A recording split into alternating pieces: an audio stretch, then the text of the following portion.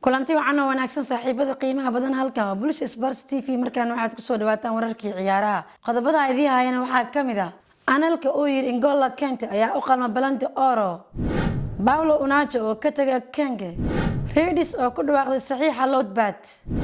Manchester City oo heshiis la gaartay Fiki Losado Kylian Mbappe oo ka tagay PSG intaasi waxay qodobadii warka haatan ku soo dhawaada isagoo faahfaahsan analka oo yiri N'Golo Kante ayaa u qalma balanta oro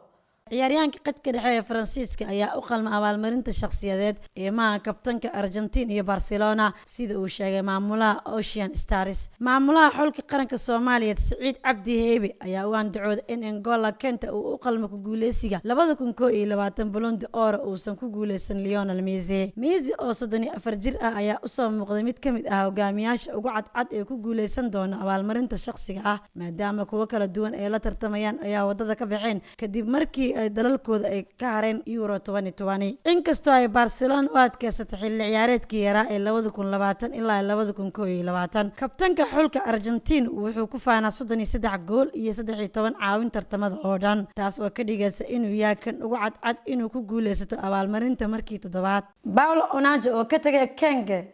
weeraryahanka Super Eagles ayaa laga yaabaa inuu u safro meel kale xilli ciyaareedka soo socda laakiin haatan wuxuu wali yahay ciyaaryahan blue white ah ciyaaryahanka reer Nigeria Paulo Unacho ayaa hubin inuu ka tagay Kenge sida uu sheegay tababara John van der Brom 26 jirkan ayaa soo bandhigay cabsi la xilli ciyaareedkii 2020 ilaa 2021 isagoo ka caawiyay kooxda Memphis inay kasbadaan Champions League bandhigiisii 33 gool ee horyaalka wuxuu ku kasbaday abaalmarinta kabaha daabka iyo sidoo kale inuu leestay ciyaaryahanka sanadka ee Belgium Rennes oo ku dhawaaqday saxiixa Lodbat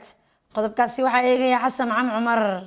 daafaca Faransiiska salahan ka soo jeeda Evercost ayaa ku biiray kooxda ka ciyaarta Ligue 1 ee Rennes ayaa ku dhawaaqday inay la soo wareegtay Loic Berg oo kamid ah Rennes kadib markii uu suuq qurux badan uga soo muuqday ololihii 2020 uu ka soo muuqday 30 ciyaarood difaaca ka soo jeeda dhalashada Ivorian ayaa loo gacan galiyay qandaraas 5 sano ah heshiiskaas ayaa 22 jirka reer Faransa ku sii ahaan doona garoonka Rosenborg ilaa 2026 inkastoo oo lacagta uu ku leeyahay la shaacin Manchester City oo heshiis la gaartay Fiki Losada ciyaaryahanka qadka dhexe oo hore ugu soo ciyaaray Arsenal Super League ayaa ka tagay kooxda ku guuleystay Champions League ee 2020 ilaa 2021 UEFA bishii June Manchester City ayaa ku dhawaaqday inay la saxiixatay kabtankii hore ee kooxda Barcelona Fiki Losada heshiis 2 sano ah ciyaaryahanka qadka dhexe ayaa ka caawiyay kooxdiisii caruurnimo inay ku hogaamiso 3 koob taariikhi ah xilli ciyaareedkii hore isagoo ku guuleystay Premier Division Copa del Rey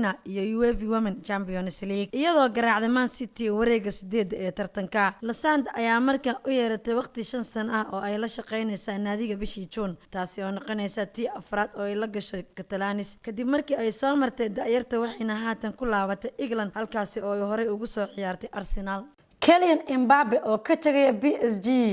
qodobkaasi waxa eegaya Xuseen Cumar Xuseen Kylian Mbappe wuxuu u baahay inuu ka tago Paris Saint-Germain si uu u gaaro Cristiano Ronaldo iyo Lionel Messi si uu ugu guuleysto abaalmarinta Ballon d'Or ayuu yiri Nicolas Anelka iyadoo ciyaaryahanka reer France lagu booriyay inuu ka fiirsado u dhaqaaqista kooxaha sida Chelsea, Manchester iyo Liverpool xiisa ay ka hayso England 22 jirkan aadka loo qiimeeyo ayaa sii wadaya inuu dhismo sanadkii ugu dambeeyay iyadoo ciyaaryahanka uu ku guuleystay koobka adduunka oo sii xoojiyay sumcadiisa inuu yahay mid kamid ah xidigaha ugu fiican adduunka guul la taaban kara ayuu ku riyaaqay Mbappe dalkiisa ayaa la xoojiyay 4 horyaal oo Liga 1 ah laakiin hanashada Champions League ayaa noqday mid aan muuqan oo wehelinayso kuwa ugu caansan ee shakhsiyadeed intii aan ku soo gabagabeynayna wararkii ciyaaraha Bulsh Sports TV aniga waa Muxsin waxaad kaga tagayna sidaas iyo nabadgelyo